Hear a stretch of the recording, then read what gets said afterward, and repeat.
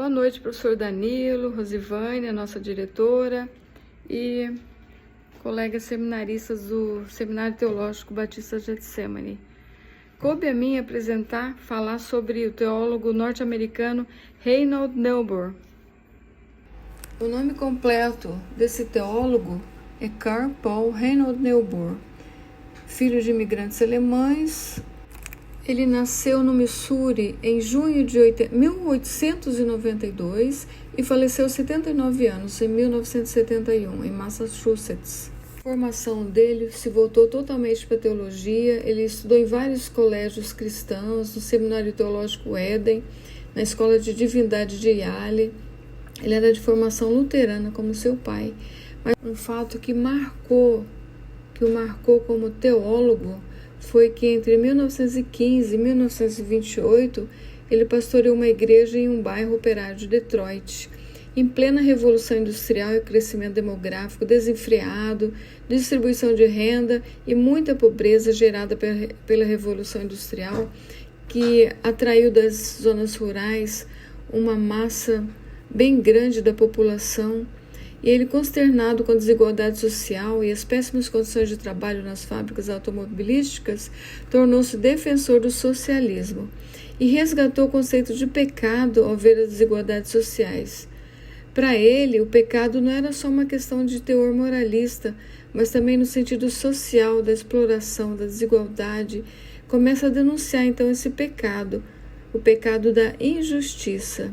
Isso marcou o perfil teológico dele como um teólogo liberal. Em 1916, ele se aliou à militância socialista e ao pacifismo e passou a escrever editoriais numa revista The Christian Century, o Século Cristão. A teologia dele era prática, engajada, não apenas no campo das ideias ou com frases de efeito, mas ele dizia que teologia de verdade requer concretude, identificação com a vida real, estar ao lado das pessoas menos favorecidas e vulneráveis, assim como no exemplo de Jesus, segundo ele. O posicionamento dele chamou a atenção do Union Theological Seminary, em Nova York, que o convidou para que tornasse professor da instituição. E ele passaria todo o restante da vida como professor de filosofia, de religião e cristianismo aplicado, como ele chamou sua disciplina. Ele chamou de ética cristã.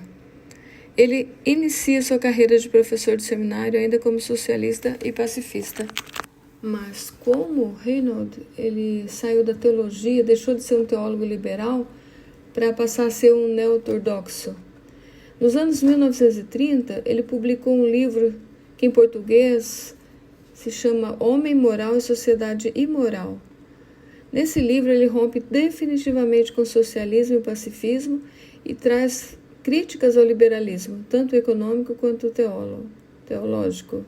3 fatores foram cruciais para que Niebuhr mudasse permanentemente seu posicionamento político e teológico. O diálogo dele com Karl Barth, o neo-ortodoxo, a ascensão do nazismo na Alemanha. O nazismo construiu um Estado totalitário na Alemanha na década de 1930, e esse fato foi o principal motivo da eclosão da Segunda Guerra Mundial. Em terceiro lugar, o racismo nos Estados Unidos, na década de 1960. Ele passou a entender que as injustiças surgiriam a partir de um orgulho destrutivo, um desejo de guiar a história que acaba ampliando a miséria humana. É nesse orgulho destrutivo que ele focaliza o pecado original. E por causa do pecado que corrompe os sentidos, não é possível lutar contra a injustiça. Só com a informação. Os opressores precisam ser resistidos, preferencialmente de forma não violenta. Não resistir não é uma opção. E a partir desse ponto, inclusive, Martin Luther King, seu contemporâneo, desenvolveu sua justificativa para os protestos não violentos no movimento de direitos civis nos Estados Unidos. Uma nova forma da teologia protestante, a neo-ortodoxia, iria dominar as próximas décadas. O novo movimento criticava duramente a teologia liberal. Um dos expoentes dentre os novos pensadores foi Heinrich Richard Niebuhr, irmão de Reinhold Niebuhr, que elaborou aquela frase que hoje em dia é considerada a condenação clássica do liberalismo. Um Deus sem ira, que trouxe homens sem pecado a um reino sem julgamento, através das ministrações de um Cristo sem cruz. Felizmente, Reinhold ele escreveu vários livros, já como teólogo neo-ortodoxo, sendo o primeiro deles A Moral do Homem e a Imoralidade da Sociedade. Nesse slide a gente vê duas frases dele. Uma antes, como teólogo liberal, ele dizia que a liberdade do homem é para fazer o mal, pois este deseja o lucro, e quando o homem deseja o lucro, ele acaba usando a sua liberdade para criar desigualdade, concentração de renda e gerar pobreza. Mas na fase neo-ortodoxa, a frase dele, que até hoje é muito conhecida, muito importante, é: concedei-nos, Senhor, serenidade necessária para aceitar as coisas que não podemos modificar, coragem para modificar aquelas que podemos e sabedoria para distinguir umas das outras. Reinhold Niebuhr foi um teólogo liberal até os 40 anos e teve a honradez, o caráter, a nobreza de reconhecer que a teologia liberal não estava de acordo com as Escrituras e mudou seu posicionamento diante de tantos alunos, de tantos seminaristas, de tantas pessoas que foram influenciadas por ele até aquela época, até os 40 anos. Ele viveria depois 39 anos, morreu aos 79. A Bíblia diz em Romanos 12:2 que não nos devemos conformar com este mundo, mas transformar o nosso entendimento, e foi o que esse homem fez.